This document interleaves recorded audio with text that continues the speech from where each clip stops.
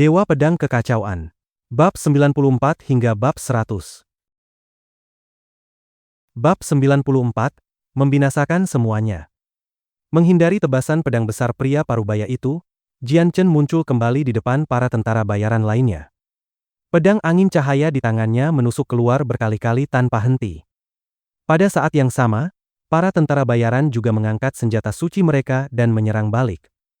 Ding ding ding. Suara benturan senjata bergema tanpa putus. Dalam waktu singkat, Jian Chen telah menebas puluhan kali dengan kecepatan yang sulit dipercaya, memaksa arah serangan para tentara bayaran melenceng dari jalurnya. Begitu mereka kehilangan kendali atas senjata masing-masing, Jian Chen sama sekali tidak memberi jeda. Pedang angin cahaya memancarkan kilau samar, lalu berubah menjadi puluhan kilatan perak putih yang menusuk ke depan. Pef! Pef! Pef! Hanya dalam sekejap, Jian Chen telah menusuk 3 kali. Setiap tusukan tepat mengenai tenggorokan 3 tentara bayaran yang berbeda.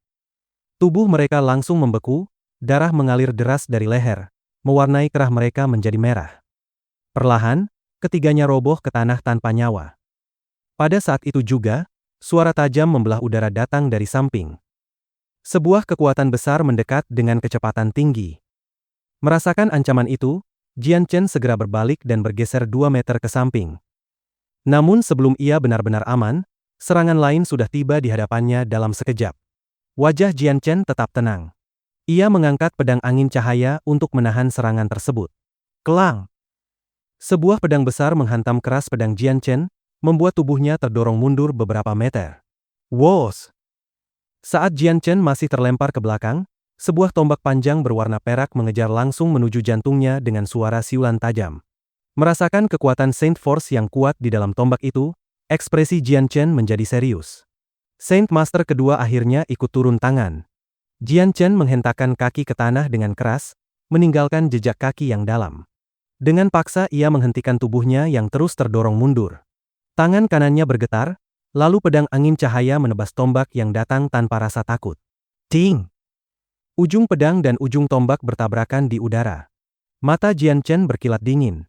Ki pedang yang sangat kuat memancar keluar dari bilahnya, merambat melalui tombak menuju pria berusia 30 tahun itu. Menyadari niat Jian Chen, pria itu mencibir. Saint Force yang besar meledak dari tubuhnya, mengalir deras ke tombak untuk menahan ki pedang Jian Chen. Dua kekuatan itu bertabrakan hebat di tengah jalan, saling menekan satu sama lain. Jian Chen menambah kekuatan tanpa ragu. Gelombang ki pedang yang lebih ganas meledak keluar, menghantam Saint Force lawannya. Bang! Ledakan keras terjadi ketika dua energi itu saling berbenturan. Gelombang kejut menyebar ke segala arah, dengan titik tabrakan sebagai pusatnya. Keduanya terdorong mundur. Pria itu mundur beberapa langkah berat, setiap pijakan meninggalkan jejak dalam di tanah. Sebaliknya, tubuh Jian Chen tampak jauh lebih ringan.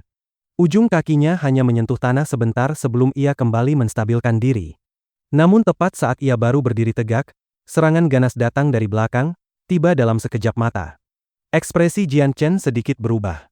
Pertarungan barusan telah menguras sebagian besar tenaganya.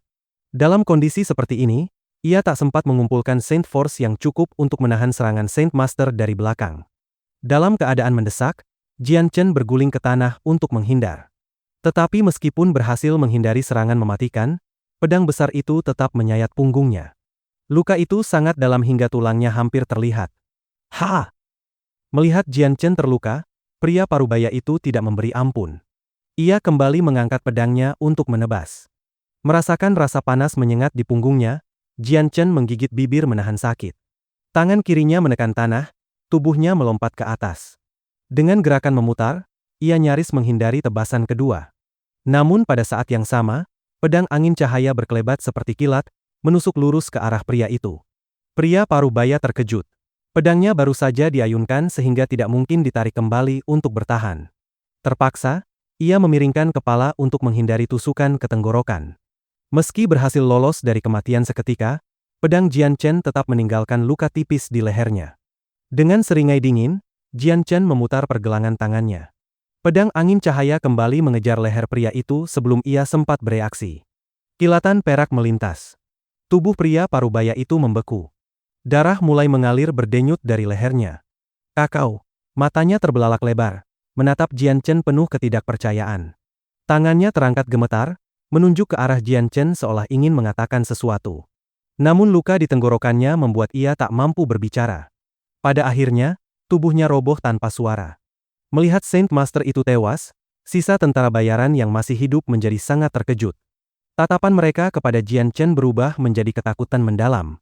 Setelah membunuh pria parubaya tersebut, Jian Chen sama sekali tidak memberi waktu bagi yang lain untuk bernapas. Dengan pedang angin cahaya di tangan, ia kembali menyerang. Melihat Jian Chen mendekat, satu-satunya Saint Master yang tersisa maju untuk menghalanginya. Tombaknya menusuk keluar dengan kecepatan kabur, mengarah langsung ke tubuh Jian Chen. Para Great Saint yang tersisa sudah kehilangan semangat bertarung. Kematian Saint Master sebelumnya telah menghancurkan keberanian mereka. Keinginan untuk melarikan diri mulai tumbuh di hati. Jika bukan karena Saint Master terakhir itu masih berdiri, mereka pasti sudah kabur sejak tadi. Ding ding ding. Serangkaian suara benturan bergema lagi. Jian Chen dan pria berusia 30 tahun itu saling bertukar lebih dari selusin serangan dalam waktu sangat singkat. Tanpa gangguan dari pihak lain, ki pedang Jian Chen dengan cepat memberinya keunggulan. Dalam sekejap mata, lawannya terpaksa bertahan mati-matian. Karena kecepatan pedang Jian Chen terlalu mengerikan, pria itu bahkan tidak berani menyerang balik. Ia hanya bisa fokus menahan serangan. Tombaknya yang panjang tidak dapat menunjukkan kekuatan sejati dalam pertarungan jarak dekat seperti ini, membuatnya merasa seolah bertarung dengan satu tangan terikat. Setelah mencapai tingkat Great Saint, kekuatan tempur Jian Chen telah meningkat berkali lipat. Dengan kekuatannya saat ini, ia sudah mampu melawan lawan yang satu tingkat lebih tinggi tanpa tertinggal sedikit pun. Setelah lebih dari selusin pertukaran serangan, keduanya akhirnya terpisah. Namun kondisi mereka sangat berbeda. Pria berusia 30 tahun itu tampak kacau. Pakaiannya compang-camping, beberapa luka dalam menghiasi tubuhnya. Bahkan di lehernya terdapat goresan tipis bekas pedang Jian Chen. Sementara itu, selain luka di punggung, Jian Chen nyaris tidak berubah. Hanya wajahnya yang terlihat sedikit lebih pucat. Menatap Jian Chen dengan wajah tegang, pria itu berkata dengan suara berat, "Musuh terlalu kuat. Aku akan menahannya, kalian semua segera lari." Setelah bertarung langsung, ia menyadari seberapa menakutkan Jian Chen. Dalam hatinya, ia tahu bahwa kemungkinan besar dirinya tidak akan selamat hari ini. Daripada semua mati sia-sia, lebih baik ia mengorbankan nyawanya untuk memberi waktu bagi yang lain. Begitu berita tentang ular emas bergaris perak tersebar, cepat atau lambat akan ada orang yang membalas dendam untuknya. Ia juga memahami satu hal, demi menjaga rahasia ular itu, Jian Chen pasti akan membunuh siapapun yang mencoba kabur. Ini adalah hukum bertahan hidup di benua Tian Yuan. Kekuatan adalah segalanya. Begitu mendengar perintah itu, para tentara bayaran yang tersisa saling berpandangan sejenak, lalu segera berpencar melarikan diri ke segala arah. Wajah Jian Chen menggelap melihat hal itu. Ia mengayunkan pedangnya dengan cepat, berusaha menyingkirkan lawannya secepat mungkin. "Ah!" Pria berusia 30 tahun itu berteriak, menerjang Jian Chen tanpa rasa takut. Ia tahu dirinya tidak mungkin lolos. Daripada mati tanpa arti, ia memilih bertarung habis-habisan. Ting! Pedang angin cahaya dan tombak kembali bertabrakan. Dengan gerakan naluriah, pria itu memutar tombaknya dan berhasil memantulkan pedang Jian Chen ke udara. Untuk sesaat, ia tertegun. Namun kemudian wajahnya berubah gembira. Tanpa ragu, ia mengarahkan tombaknya lurus ke tenggorokan Jian Chen. Jian Chen hanya tersenyum sinis. Telapak tangannya tiba-tiba dipenuhi Saint Force yang kuat. Kedua tangannya bergerak seperti bayangan, lalu mencengkeram batang tombak itu erat-erat. Pada saat yang sama, pedang angin cahaya yang terlempar ke udara tiba-tiba berhenti. Ki pedang kembali menyelimuti bilahnya. Dengan kilatan terang, pedang itu melesat menembus udara seperti sambaran cahaya. Dalam sekejap, ia menembus tenggorokan pria itu dan menghilang ke dalam hutan di belakangnya. Ah! Ah! Beberapa jeritan tiba-tiba terdengar dari dalam hutan. Pedang jiwa. Itu adalah kartu truf terakhir Jian Chen. Sampai saat terakhir, ia tidak akan menggunakannya dengan mudah. Bab 95. Keuntungan yang menyedihkan. Dengan menggunakan pedang jiwa, Jian Chen berhasil mengejutkan Saint Master itu dan membunuhnya seketika. Para tentara bayaran lain yang telah berpencar melarikan diri pun jatuh satu demi satu di bawah tebasan pedang Jian Chen. Kilau perak dari pedang itu melesat kembali ke arah Jian Chen. Begitu ia mengangkat tangannya, pedang tersebut segera kembali ke genggamannya. Saat menyentuh telapak tangannya, Gelombang ki pedang yang ganas sempat terpancar sesaat. Beberapa saat setelah pedang angin cahaya kembali, aura tajam yang menguar darinya perlahan menghilang tanpa jejak. Tak lama kemudian, pedang itu pun lenyap dari genggamannya. Jian Chen mengembuskan napas panjang. Ia baru saja melalui 2 pertempuran berturut-turut, dan itu jelas bukan hal mudah. Setelah membunuh ular emas bergaris perak lalu melanjutkannya dengan menghabisi 2 Saint Master, Saint Force di dalam tubuh Jian Chen hampir sepenuhnya terkuras. Jika bukan karena teknik pedang azulet yang ia pelajari memiliki keistimewaan luar biasa, Saint Force-nya tidak mungkin memiliki begitu banyak efek misterius.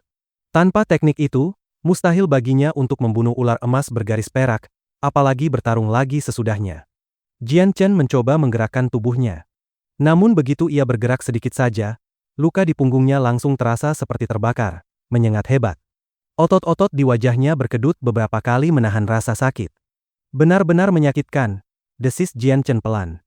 Sambil menahan nyeri, ia segera memusatkan kekuatan jiwanya dan mulai mengumpulkan Light Saint Force dari energi dunia ke sekeliling tubuhnya. Perlahan-lahan, cahaya putih samar mulai muncul di sekitar dirinya, dan semakin lama semakin pekat, berubah menjadi cahaya putih susu yang lembut. Meskipun cahayanya terang, ia terasa hangat dan sama sekali tidak menyilaukan mata. Diselimuti cahaya putih susu itu, sosok Jian Chen tampak kabur dan sulit terlihat dengan jelas. Bahkan luka dalam di punggungnya pun mulai pulih dengan cepat di bawah pengaruh Light Saint Force. Di bawah aliran energi penyembuhan tersebut, perasaan nyaman dan menyegarkan muncul dari dadanya, lalu menyebar ke seluruh tubuh. Sensasi itu begitu menyenangkan hingga Jian Chen nyaris tidak mampu menahannya.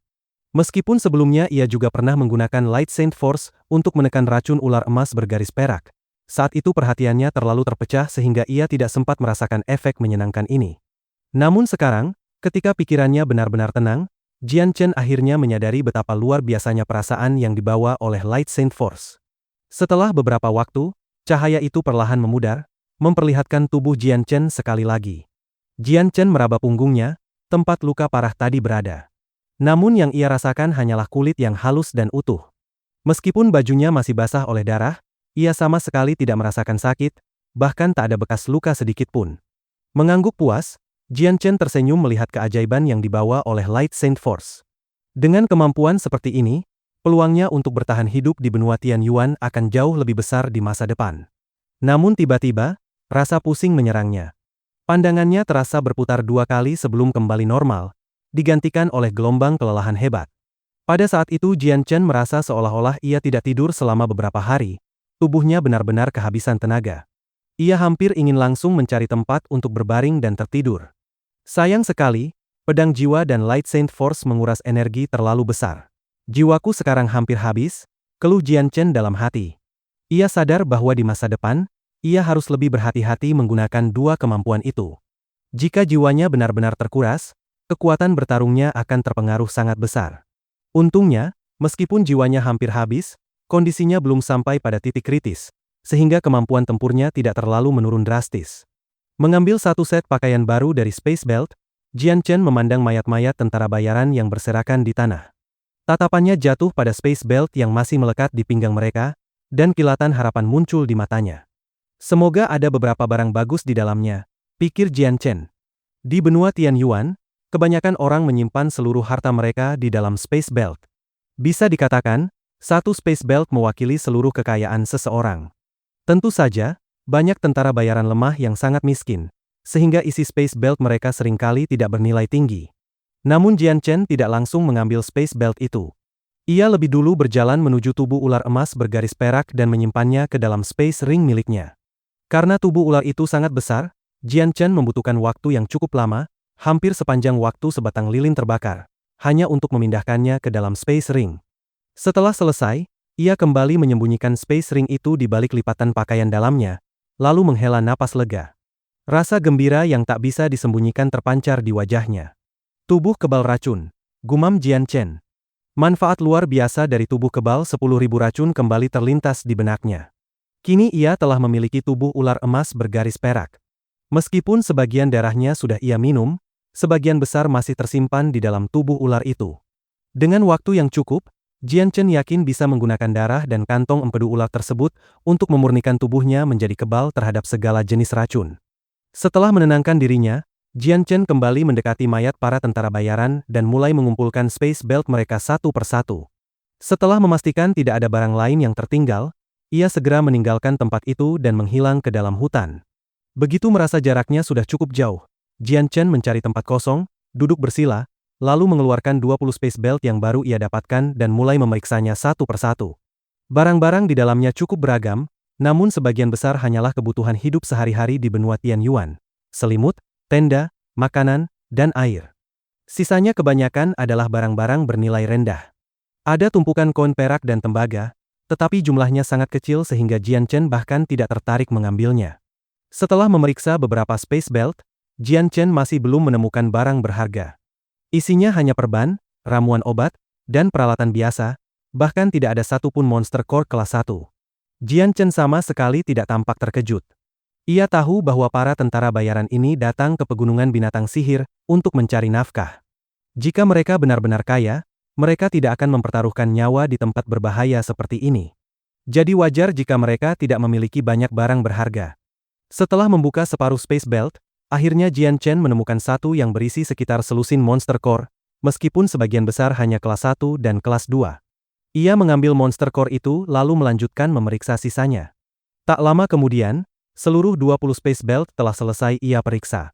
Jian Chen melemparkan semuanya ke samping, lalu memandang tumpukan kecil monster core dan uang di hadapannya dengan ekspresi tak berdaya. Dari 20 space belt itu, ia hanya mendapatkan sekitar 20 monster core dan hampir 100 koin emas. Di antara 20 monster core itu, hanya ada satu monster core kelas 3, 6 kelas 2, dan sisanya hanyalah kelas 1. Jian Chen menggelengkan kepala sambil tersenyum pahit. Bukankah ini terlalu menyedihkan? Ada 2 Saint Master dalam kelompok itu, tapi hasilnya hanya segini. Aku bisa mendapatkan lebih banyak dari ini hanya dalam satu hari berburu sendiri. Ia menyimpan uang dan monster core itu ke dalam space belt miliknya sendiri, lalu kembali melanjutkan perjalanan. Hari berikutnya, Jian Chen terus menjelajahi bagian dalam pegunungan binatang sihir. Namun setelah dikejar oleh ular emas bergaris perak sebelumnya, posisinya kini sudah sangat dekat dengan bagian terdalam pegunungan. Di wilayah ini, kebanyakan binatang sihir yang muncul adalah kelas 3, dan hanya sedikit yang masih kelas 2. Bagi Jian Chen yang kini sudah berada di tingkat Great Saint, binatang sihir kelas 3 tidak lagi menjadi ancaman besar. Meskipun membutuhkan sedikit usaha untuk membunuh mereka, keuntungannya jauh lebih besar. Satu monster core kelas 3 setara dengan 10 monster core kelas 2, dan energi di dalamnya jauh lebih murni. Untuk Jian Chen yang mengandalkan monster core sebagai bahan kultivasi, 3 monster core kelas 3 saja biasanya sudah cukup untuk satu malam penuh. Itu pun dengan kecepatan penyerapannya yang luar biasa cepat. Dalam sekejap mata, 10 hari kembali berlalu. Jian Chen menghabiskan waktu dengan berburu binatang sihir di siang hari, dan berkultivasi sendirian di malam hari. Selama 10 hari itu, kekuatannya meningkat pesat.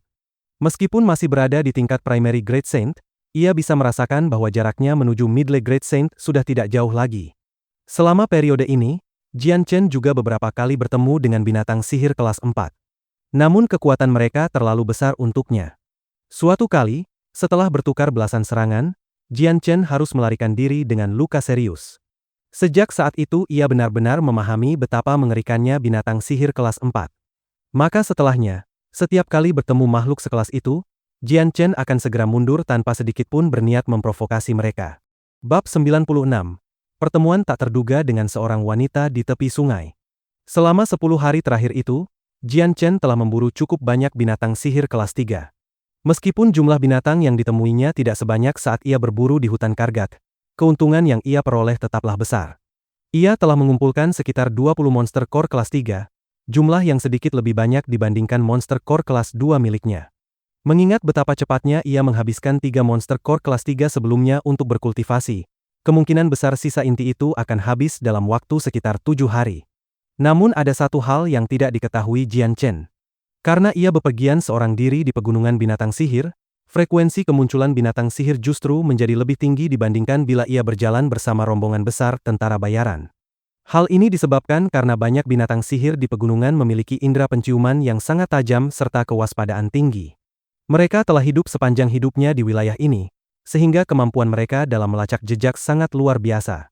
Bila mereka menemukan jejak kelompok besar yang terdiri dari banyak orang, binatang sihir biasanya akan dengan hati-hati menjauh dan menghindar. Meskipun mereka tidak memiliki kecerdasan seperti manusia, naluri bertahan hidup telah tertanam kuat di dalam diri mereka. Namun bila mereka bertemu dengan seseorang yang tampak lemah atau berjalan sendirian, yang mereka yakini bisa dibunuh dan dimakan, maka binatang sihir yang sebelumnya bersembunyi akan segera keluar dan mulai memburunya. Mereka tidak perlu menghabiskan banyak tenaga untuk mengejar mangsa semacam itu.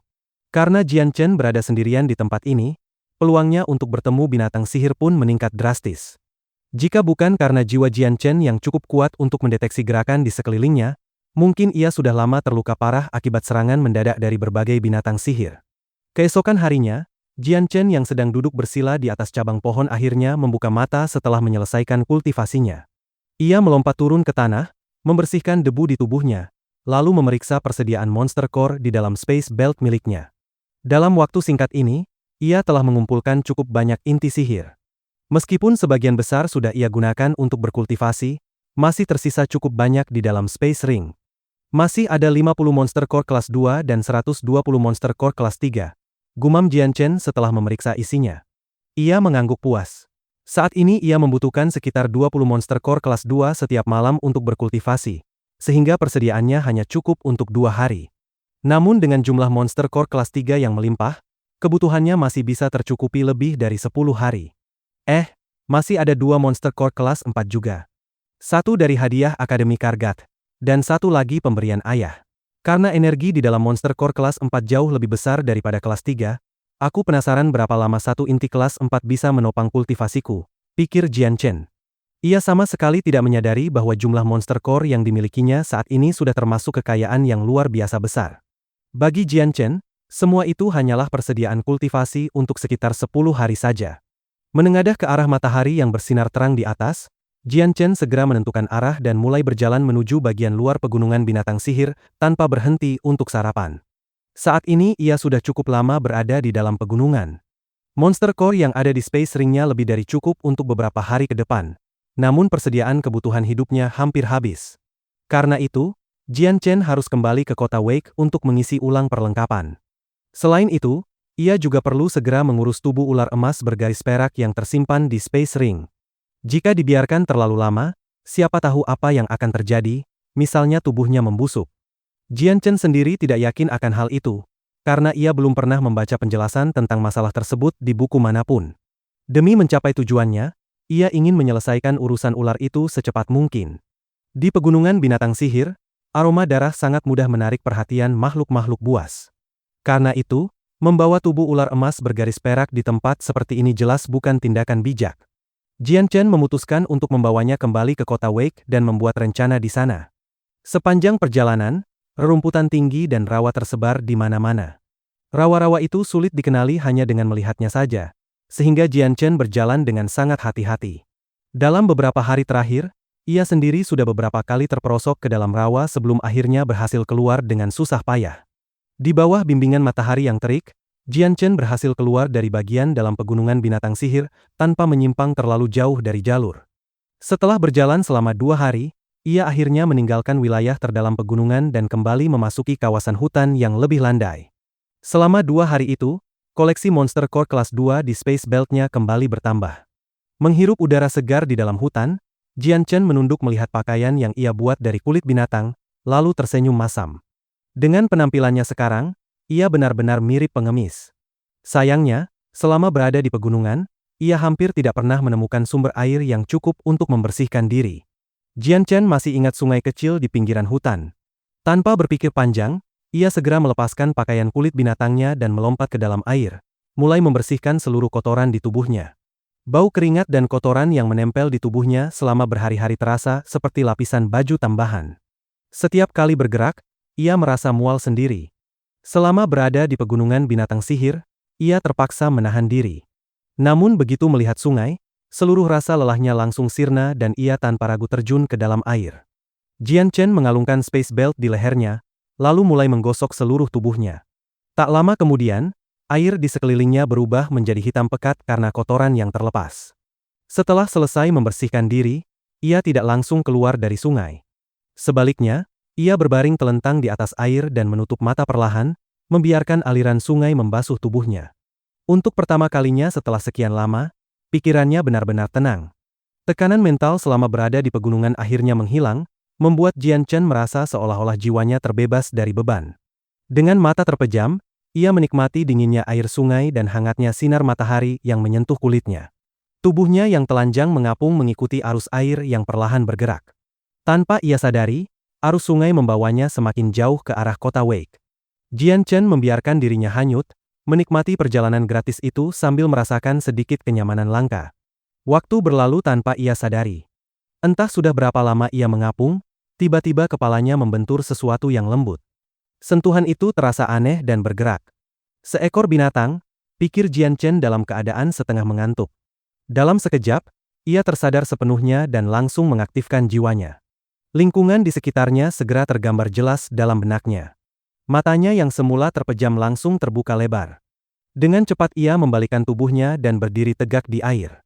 Air hanya mencapai pinggangnya, meninggalkan tubuh bagian atasnya terbuka. Begitu berdiri, sosok di depannya pun terlihat jelas. Itu adalah wajah seorang wanita yang begitu cantik, hingga mampu membuat sebuah kota terpesona. Kulitnya putih bagai salju, dengan 5 fitur wajah yang begitu sempurna hingga bahkan orang paling cerewet pun sulit menemukan cacat sedikit pun. Ia bagaikan peri yang turun ke dunia fana. Wanita itu tampaknya tidak terlalu tua, kira-kira berusia sekitar tahun. Mata indahnya yang besar menatap Jian Chen dengan pandangan kosong penuh keterkejutan. Di bawah lehernya, tubuh bagian atasnya terlihat tanpa penutup, hanya terpisah jarak sangat tipis dari Jian Chen. Sial sekali. Kenapa ada wanita sedang mandi di sini? Batin Jian Chen langsung menggelap. Dengan pengalaman hidupnya sebelumnya, ia langsung mengerti situasi yang sedang terjadi. Ia sama sekali tidak menyangka bahwa saat bersantai hanyut di sungai setelah berkelana di pegunungan binatang sihir, ia justru akan tanpa sengaja menabrak seorang wanita yang sedang mandi di sungai yang sama. Ah! Baru saja Jian Chen menyadari keadaannya, mata wanita di depannya langsung membelalak. Ia pun menyadari apa yang baru saja terjadi, dan jeritan keras langsung keluar dari mulutnya. Kau bajingan tak tahu malu. Tatapan matanya yang semula kosong langsung berubah menjadi merah padam karena marah dan malu. Tanpa ragu sedikit pun, ia mengayunkan telapak tangannya dengan cepat ke arah dada Jian Chen. Bang! Sebelum Jian Chen sempat bereaksi, telapak tangan wanita itu telah menghantam dadanya dengan suara tumpul. Tubuh Jian Chen langsung terlempar ke belakang melewati permukaan air, sementara aliran darah kecil menyembur keluar dari mulutnya. Bab 97. Pria tua misterius. Serangan telapak tangan itu membuat Jian Chen terlempar ke udara sejauh 20 meter sebelum akhirnya jatuh kembali ke sungai. Raut terkejut melintas di wajahnya saat ia merasakan kekuatan besar yang terkandung dalam serangan wanita itu. Hanya dengan satu pukulan saja, tubuhnya telah menerima luka yang cukup berat.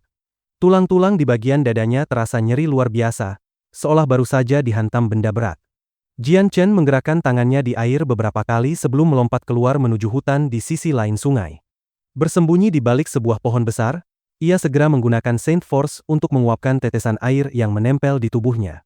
Setelah itu, ia mengambil Space Ring dari kalungnya dan mengeluarkan satu-satunya set pakaian yang masih utuh, lalu buru-buru mengenakannya.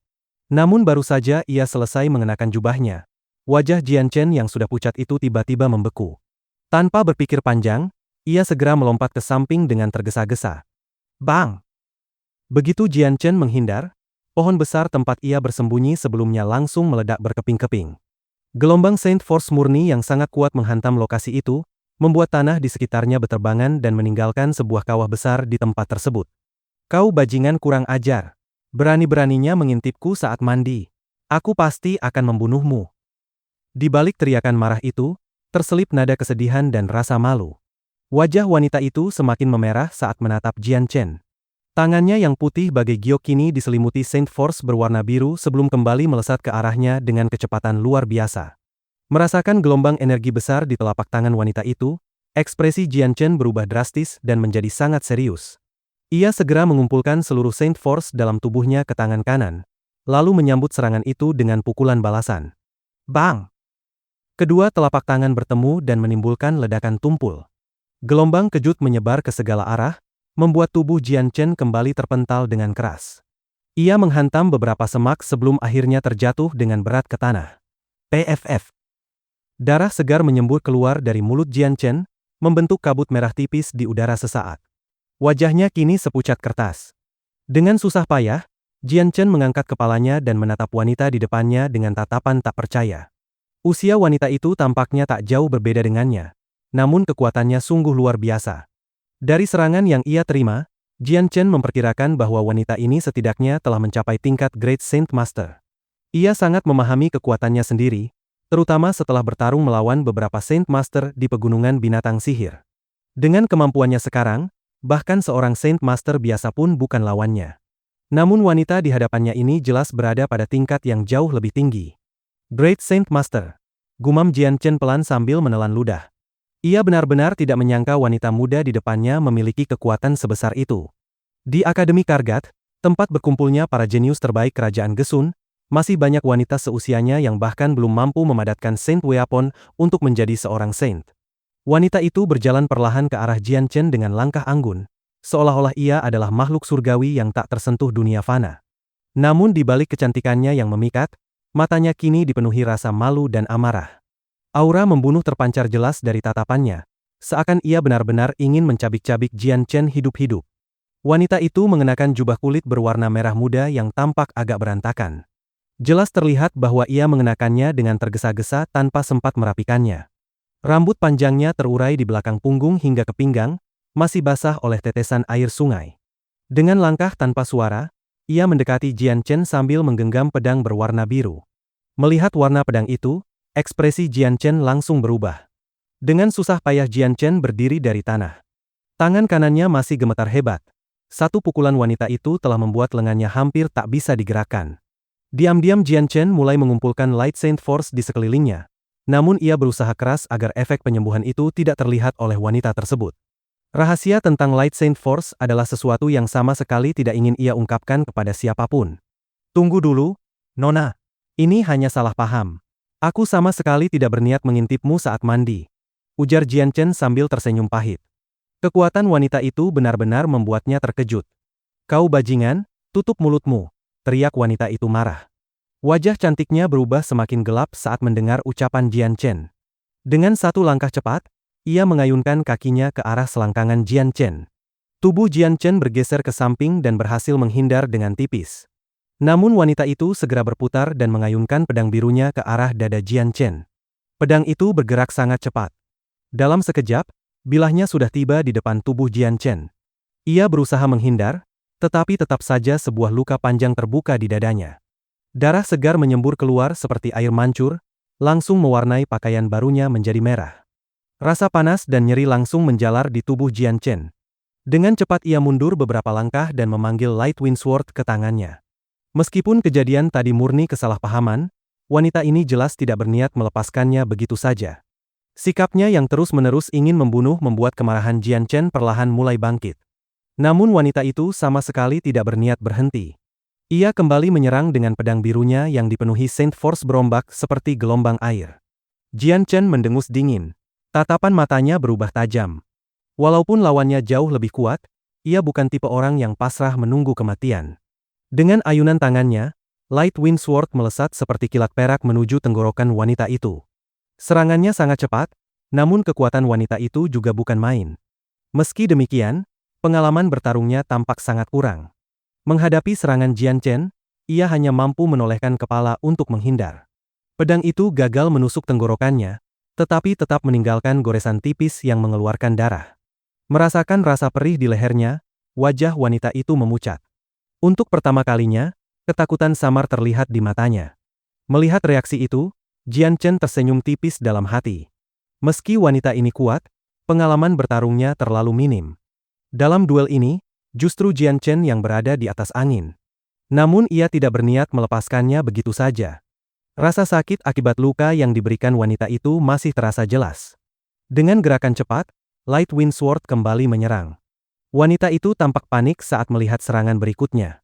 Tiba-tiba tubuhnya menghilang dari pandangan Jian Chen dan muncul kembali 10 meter jauhnya, seolah-olah ia berpindah tempat dalam sekejap. Hati Jian Chen bergetar melihat kejadian itu. Namun ketika melihat wajah wanita yang semakin pucat, ia menduga bahwa teknik tersebut pasti menghabiskan energi yang sangat besar. Mungkinkah itu semacam battle skill khusus? Pikir Jian Chen.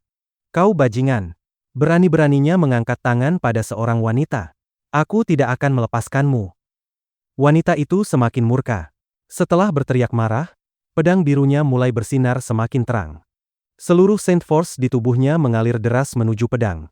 Ia mengangkat pedangnya tinggi-tinggi lalu berseru. Bentuk pertama dari seni air kekaisaran, serangan naga air.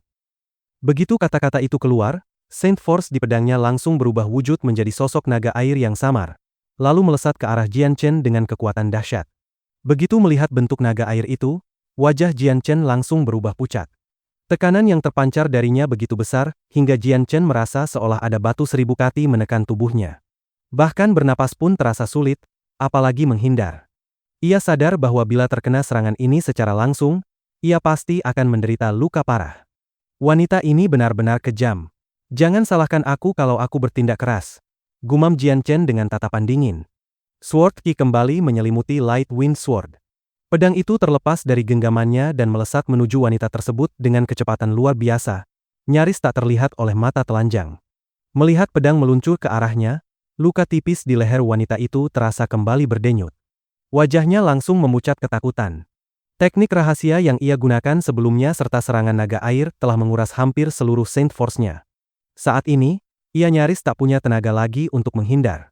Dalam keadaan panik, ia mencoba memanggil kembali naga air untuk menghadang Light Wind Sword. Namun kecepatan pedang Jian Chen jauh melampaui naga air itu. Saat rahang naga air menutup, yang tergigit hanyalah udara kosong.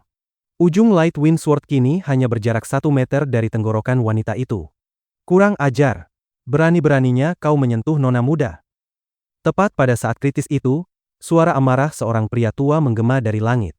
Sesosok bayangan melesat turun dan berdiri di depan wanita tersebut, menghalangi Light Wind Sword.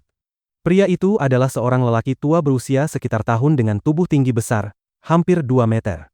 Ia mengenakan jubah putih, rambutnya diikat rapi dengan cincin giok. Tatapan matanya tajam, memancarkan wibawa luar biasa. Melihat Light Wind Sword melesat ke arahnya, pria tua itu hanya tersenyum menghina. Dengan gerakan santai, ia mengangkat tangan kanannya dan menjepit pedang itu di antara dua jarinya. Sword Qi yang mengelilingi pedang sama sekali tidak mampu melukainya. Detik berikutnya, pria tua itu mengayunkan tangan lainnya ke arah naga air. Seketika, serangan dahsyat itu berhenti total lalu perlahan menghilang menjadi energi dunia. Paman Feng, cepat bantu aku membunuhnya. Teriak wanita itu dengan nada manja bercampur marah begitu melihat kedatangan pria tua tersebut. Namun pria tua itu tidak langsung menanggapi. Ia justru menatap Light Wind Sword yang masih terjepit di jarinya dengan ekspresi heran. Setelah itu ia menoleh ke arah Jian Chen dan bertanya dengan suara dalam. Siapa namamu, dan siapa gurumu? Bab 98. Kekalahan besar sekali lagi. Paman Feng, omong kosong apa yang sedang kau katakan? Cepat bantu aku membunuhnya. Teriak gadis itu dari belakang dengan tatapan marah membara. Matanya bahkan mulai berkaca-kaca ketika mengingat bahwa Jian Chen telah melihat tubuhnya tanpa sehelai benang pun. Hanya dengan memikirkan kejadian itu saja, amarahnya langsung memuncak, disertai rasa malu dan perasaan terhina. Ini adalah pertama kalinya sejak ia lahir ada seorang pria melihat tubuhnya seperti itu, dan lebih parah lagi, orang itu hanyalah seorang asing. Bagi gadis yang sejak kecil hidup dengan aturan ketat dan penuh sopan santun, kejadian semacam ini bahkan terasa lebih buruk daripada kematian. Haha, nona muda, kalau Paman Fengmu tidak mau turun tangan, biarkan Paman Yun yang mengajari bocah kurang ajar ini sedikit pelajaran. Pada saat itu, suara lain tiba-tiba terdengar. Seorang pria tua berjubah putih muncul dari kejauhan dan melangkah masuk ke area tersebut. Tanpa banyak bicara, ia langsung berdiri di depan Jian Chen. Tangannya terangkat sebentar, lalu sebuah tinju meluncur lurus ke arah dada Jian Chen. Kekuatan pria tua itu begitu dalam dan menakutkan. Dari satu pukulan saja, Jian Chen sudah bisa merasakan bahwa serangan ini benar-benar luar biasa dahsyat. Tanpa berpikir panjang, ia segera melompat ke samping untuk menghindar. Namun tepat saat itu, ia merasakan tekanan mengerikan tiba-tiba menekan seluruh tubuhnya. Tekanan tersebut begitu kuat hingga seolah-olah tubuhnya ditimpa beban ribuan kati, bahkan seperti sebuah gunung yang runtuh menimpa dirinya.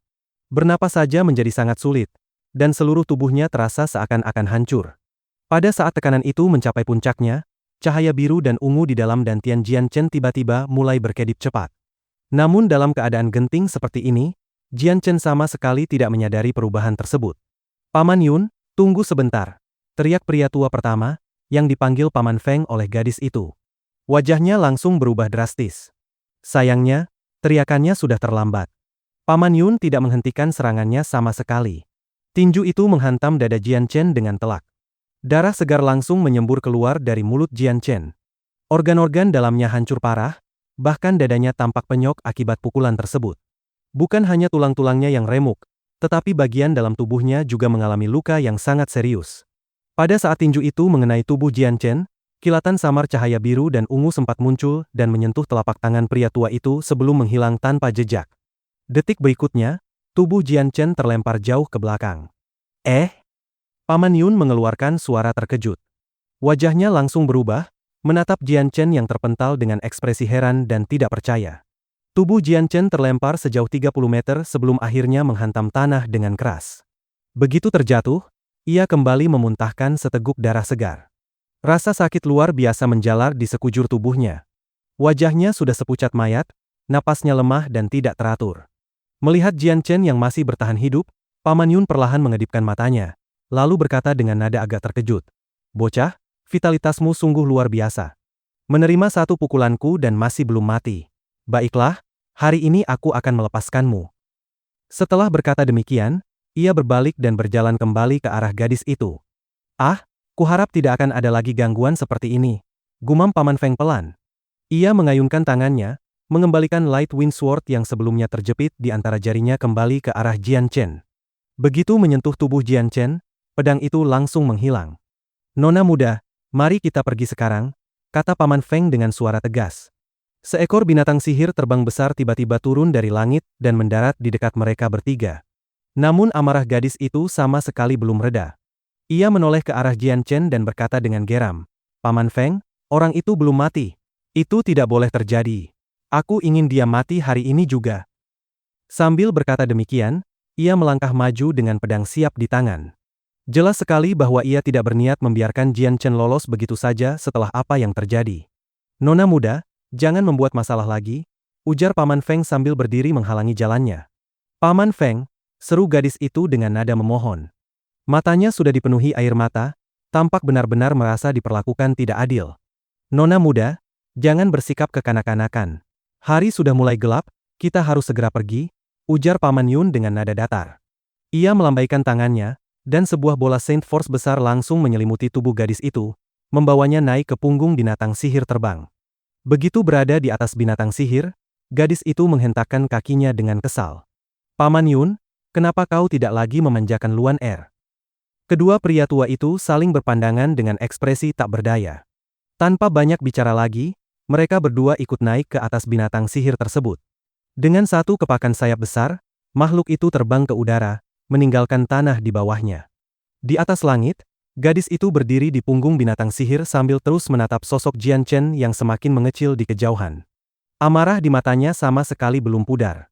"Paman Feng, Paman Yun, apa yang sebenarnya kalian pikirkan? Kenapa kalian membiarkan bajingan itu hidup?" tanyanya dengan suara kesal.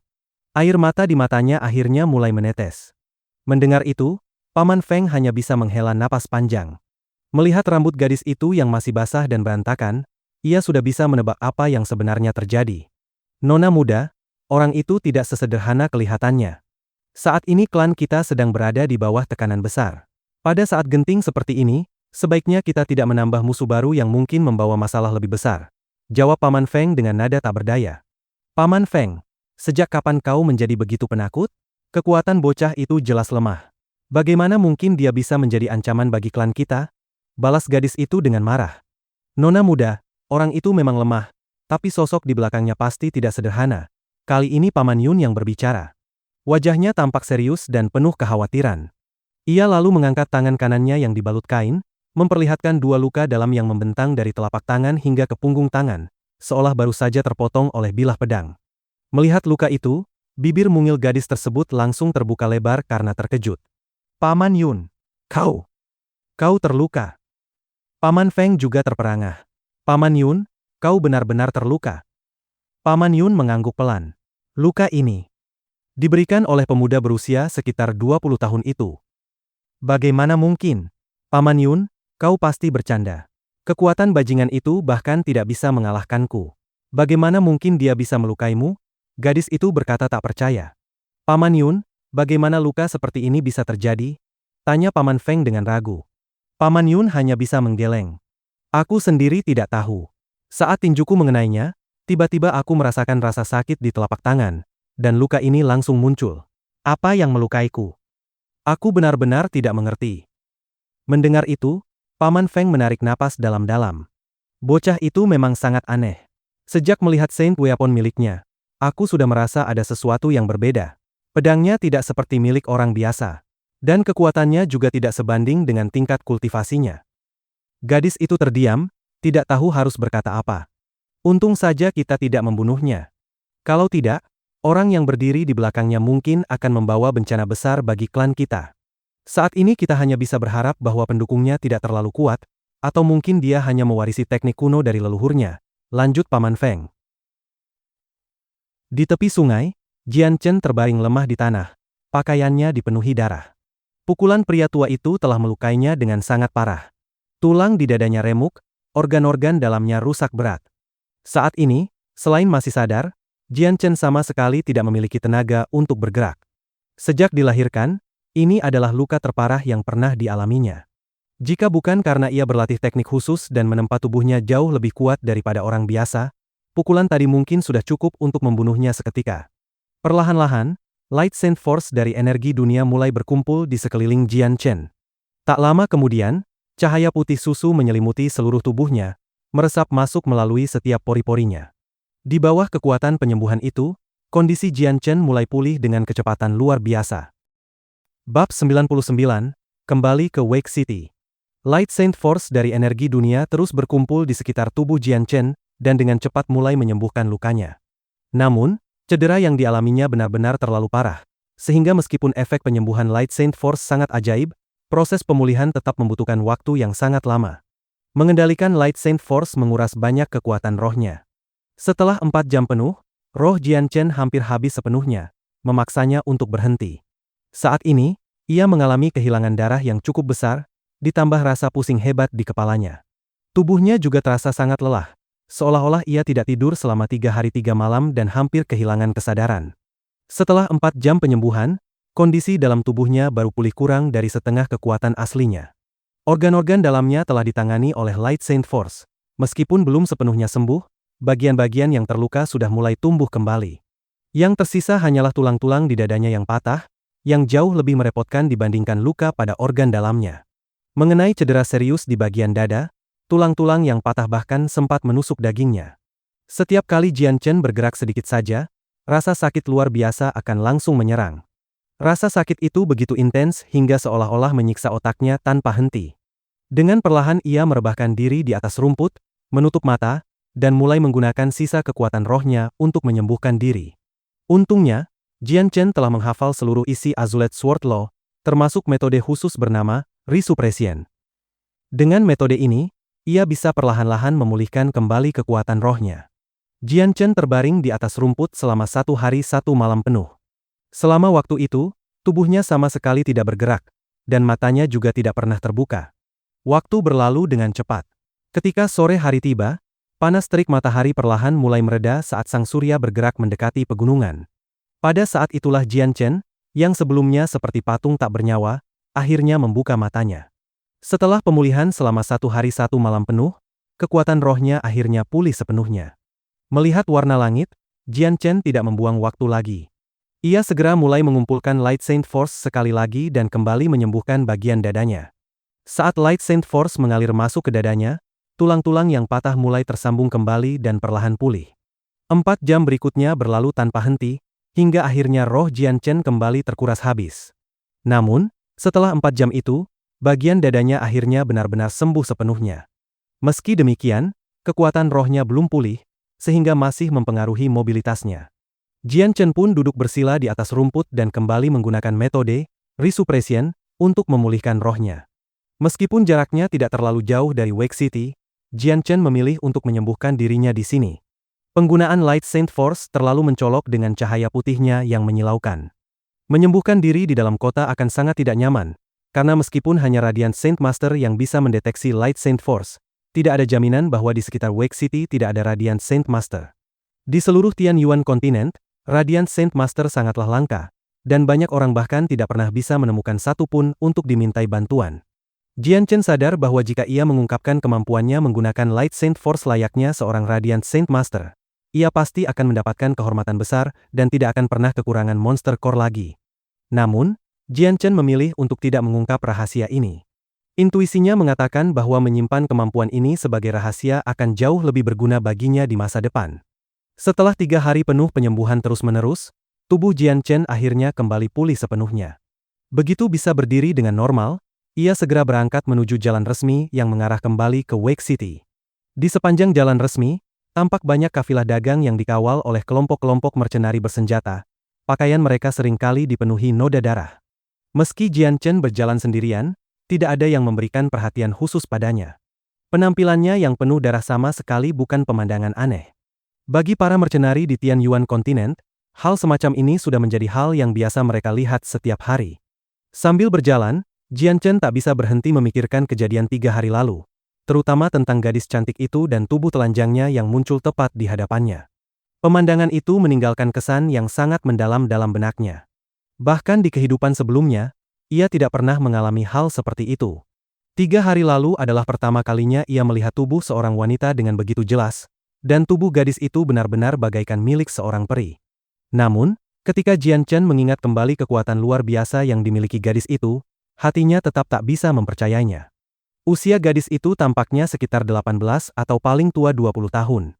Perbedaan umur mereka hampir tidak ada, namun gadis itu sudah mencapai tingkat Great Saint Master. Memikirkan bakat alaminya, Jian Chen hanya bisa merasa sedikit malu. Tak lama kemudian, Jian Chen akhirnya memasuki Wake City dan menunggu giliran pemeriksaan dari penjaga gerbang. Karena penampilannya seperti orang yang baru saja lolos dari bahaya, berlumuran darah dan tampak terluka, ia tidak dikenakan biaya masuk. Meskipun para penjaga terkenal serakah, keserakahan mereka masih memiliki batas moral. Begitu memasuki kota, Jian Chen tidak berjalan-jalan. Ia langsung menuju sebuah penginapan. Setelah menyewa sebuah kamar, Jian Chen segera mulai berkultivasi. Meskipun belum genap 1 bulan sejak ia menerobos menjadi Great Saint, kekuatannya masih jauh dari cukup untuk benar-benar melindungi dirinya di Tianyuan Continent. Kekalahannya di tangan gadis 3 hari lalu membuat Jian Chen semakin menyadari betapa pentingnya memiliki kekuatan yang lebih besar. Setelah membayar kamar, Jian Chen tinggal di dalamnya selama 10 hari penuh. Selama waktu itu, ia tidak pernah keluar sama sekali dan hanya menggunakan Monster Core yang dimilikinya untuk berkultivasi. Bahkan untuk makan, ia hanya meminta pelayan penginapan mengantarkan makanan langsung ke kamarnya. Setelah 10 hari berlalu, kekuatan Jian Chen mengalami peningkatan yang sangat besar. Ia telah berhasil mencapai tingkat Middle Great Saint. Saint Force di dalam tubuhnya kini jauh lebih kuat daripada sebelumnya. Bahkan Saint Weaponnya, Light Wind Sword, juga ikut meningkat kualitasnya dan menjadi lebih keras dari sebelumnya. Namun, 10 hari kultivasi itu juga menghabiskan hampir seluruh Monster Core miliknya. Kelas 3 Monster Core yang ia kumpulkan telah habis seluruhnya, menyisakan hanya 2 kelas 4 Monster Core. Jian Chen turun dari tempat tidur dan berjalan menuju jendela untuk melihat langit. Karena terlalu lama berkultivasi, ia sudah tidak bisa membedakan waktu dengan pasti, sehingga hanya bisa memperkirakan berdasarkan posisi matahari. Di luar, matahari bersinar terang tanpa satupun awan di langit. Bola api merah raksasa di atas sana memancarkan panas yang kuat, menandakan bahwa saat ini adalah waktu menjelang siang hari. Sekarang, saatnya mengurus Silver Striped Golden Snake, gumam Jian Chen pelan sambil menatap keramaian di luar jendela. Aku benar-benar menantikan tubuh kebal racun itu. Bab 100. Kekebalan 10.000 racun, bagian 1. Jian Chen meninggalkan penginapan dan pergi ke pasar untuk membeli beberapa lusin labu air sebagai wadah penyimpanan, serta sebuah tong besar yang cukup untuk memuat tubuh seseorang di dalamnya. Ia juga melengkapi kembali persediaan kebutuhan sehari-hari yang hampir habis, termasuk perbekalan untuk hidup di alam liar. Selain itu, Jian Chen membeli sekitar 20 set pakaian kasar sebagai cadangan. Setelah semua barang itu dimasukkan ke dalam Space Belt, ia langsung meninggalkan Wake City dan menuju ke wilayah hutan belantara. Jian Chen tiba di sebuah hutan kecil yang sepi dan memeriksa sekelilingnya. Setelah memastikan tidak ada seorang pun di sana, ia mengeluarkan Space Ring dari Space Belt dan mengambil tubuh Silver Striped Golden Snake dari dalamnya. Kemudian ia mengeluarkan puluhan labu air yang baru saja dibelinya satu persatu, menatanya dengan rapi di atas tanah. Saat melihat ular raksasa yang tebalnya sebesar lengan dan panjangnya hampir 80 meter itu tergeletak di depannya, jantung Jian Chen tanpa sadar berdebar kencang. Rasa gembira dan antusias muncul begitu saja dari lubuk hatinya. Setelah menatap tubuh Silver Striped Golden Snake beberapa saat, Jian Chen menarik napas dalam-dalam untuk menenangkan dirinya. Kemudian ia perlahan mendekat, sementara Light Wind Sword perlahan muncul di tangannya. Pu. Jian Chen menusukkan pedangnya tepat ke bagian 7 inci dari kepala ular, yaitu titik vitalnya yang sudah memiliki bekas luka. Seketika, darah merah segar langsung menyembur keluar. Tanpa ragu sedikit pun, Jian Chen segera membuka salah satu labu air dengan kecepatan kilat dan meletakkannya tepat di bawah luka tersebut. Mulut labu yang sebesar kepalan anak kecil itu langsung mulai menampung aliran darah yang mengalir deras. Pada saat yang sama, bau darah yang kuat dan menusuk segera memenuhi udara di sekitarnya, perlahan menyebar ke segala arah. Menghirup aroma darah yang semakin menyengat itu, Jian Chen mengerutkan alisnya dan bergumam pelan, Silver Striped Golden Snake benar-benar layak disebut sebagai makhluk langka dan istimewa. Aku tak menyangka bau darahnya bisa sekuat ini. Dalam nada suaranya terdengar sedikit kekhawatiran. Ia takut aroma darah yang begitu menyengat akan mendatangkan masalah tak terduga. Dengan perasaan cemas namun penuh harap, Jian Chen terus menampung darah ular tersebut. Setelah 2 jam penuh, seluruh darah dari tubuh ular akhirnya berhasil dikumpulkan. Setengah dari puluhan labu air yang ia beli telah terisi penuh. Menurut perkiraannya, jumlah darah yang terkumpul hampir mencapai 100 kilogram. Setelah menutup rapat semua labu yang berisi darah, Jian Chen segera memasukkannya kembali ke dalam Space Belt. Kemudian ia menyimpan lagi tubuh ular ke dalam Space Ring dan langsung meninggalkan tempat itu. Aroma darah Silver Striped Golden Snake telah menyebar di udara selama 2 jam penuh. Meskipun baunya kini mulai memudar, Jian Chen tetap merasa tidak aman. Semakin cepat ia pergi dari sana, semakin baik. Meskipun ia sadar bahwa mungkin dirinya terlalu berhati-hati, demi meminimalkan bahaya, Jian Chen tetap memilih untuk melakukan segala tindakan pencegahan. Ia kembali ke Wake City dan beristirahat di sana selama 2 hari. Setelah memastikan tidak ada berita atau kejadian aneh yang beredar, Jian Chen kembali meninggalkan kota. Kali ini, ia tidak kembali ke lokasi semula, melainkan pergi ke arah yang benar-benar berlawanan. Setelah menempuh perjalanan sekitar 20 mil, ia akhirnya menemukan tempat yang terpencil dan aman. Di sana, ia sekali lagi mengeluarkan tubuh Silver Striped Golden Snake dari Space Ring dan mulai membedahnya. Sebenarnya ia bisa saja melakukan pembedahan di dalam kota, tetapi Silver Striped Golden Snake bukanlah makhluk biasa. Begitu tubuhnya dibedah, aroma darahnya yang sangat khas pasti akan kembali menyebar. Bau yang begitu unik pasti akan menarik perhatian banyak ahli untuk datang menyelidiki. Dengan kekuatan Jian Chen saat ini, ia jelas belum mampu menghadapi begitu banyak ahli di Wake City. Proses pembedahan berjalan dengan lancar. Meskipun sisik emas Silver Striped Golden Snake memiliki pertahanan yang luar biasa kuat, kekuatan Jian Chen kini sudah jauh meningkat dibandingkan sebelumnya. Membelah sisik-sisik itu hanya membutuhkan sedikit tenaga tambahan. Dengan hati-hati, Jian Chen mengeluarkan sebuah benda kecil berwarna merah darah seukuran ibu jari dari dalam perut ular. Saat mengangkatnya untuk diperiksa lebih dekat, senyum tak tertahan muncul di wajahnya. Jadi ini adalah empedu ular Silver Striped Golden Snake, gumam Jian Chen pada dirinya sendiri. Warna empedu ular ini benar-benar berbeda dari empedu ular biasa. Empedu ular normal biasanya berwarna hijau kebiruan atau hitam kehijauan. Namun empedu Silver Striped Golden Snake sepenuhnya berwarna merah menyala, tampak seperti sebuah batu permata merah yang indah. Jian Chen mengeluarkan sebuah botol gio kecil dari Space Belt, dan dengan sangat hati-hati memasukkan empedu itu ke dalamnya. Empedu ini sangatlah penting. Jika ia ingin menyempurnakan pil kekebalan 10.000 racun, maka bahan utama yang paling dibutuhkan adalah empedu ular ini. Nilainya bahkan jauh lebih tinggi dibandingkan darah Silver Striped Golden Snake itu sendiri. Tak lama kemudian, kulit ular tersebut juga berhasil dilepaskan sepenuhnya oleh Jian Chen. Setelah sisiknya terkelupas, tubuh ular kini tampak seperti sepotong daging panjang tanpa pelindung. Bagian paling berharga dari Silver Striped Golden Snake memang darah dan empedunya. Organ-organ dalam dan dagingnya juga bernilai tinggi, tetapi tidak terlalu berguna bagi Jian Chen. Karena itu, setelah menyelesaikan pembedahan, Jian Chen kembali menyimpan sisa tubuh ular ke dalam Space Ring untuk diurus di lain waktu. Setelah urusan dengan Silver Striped Golden Snake selesai, Jian Chen memandangi sekelilingnya. Ia sempat ragu-ragu, berdiri terdiam beberapa saat seolah mempertimbangkan sesuatu. Akhirnya, Jian Chen menguatkan tekadnya dan mengeluarkan tong besar yang telah ia siapkan sebelumnya, lalu meletakkannya perlahan di tanah. Setelah itu, ia mulai mengeluarkan semua labu berisi darah dan menuangkannya satu persatu ke dalam tong tersebut. Jian Chen kini berencana menyempurnakan kekebalan 10.000 racun. Alasannya sederhana, bau darah Silver Striped Golden Snake terlalu kuat untuk diolah di dalam kota yang dipenuhi manusia. Tak lama kemudian, seluruh darah dalam labu telah dipindahkan ke dalam tong besar itu. Hampir 100 kilogram darah memenuhi sebagian besar tong setinggi manusia tersebut. Seketika, aroma darah yang tajam dan menyengat menguar ke udara, bertahan lama tanpa menghilang. Jumlah darah yang begitu besar membuat baunya semakin pekat, hingga hampir membuat Jian Chen kesulitan bernapas. Beberapa makhluk sihir memiliki darah yang benar-benar berbeda dari makhluk sihir biasa, dan Silver Striped Golden Snake adalah contoh sempurna dari hal itu. Saat Jian Chen dulu meminum darah ular ini untuk menetralisir racun, ia sama sekali tidak memedulikan bau menyengatnya karena pikirannya hanya terfokus pada penyembuhan. Karena itulah, pada waktu itu ia tidak menyadari bahwa bau darah ular ini sebenarnya begitu berat dan sulit ditoleransi. Bersambung.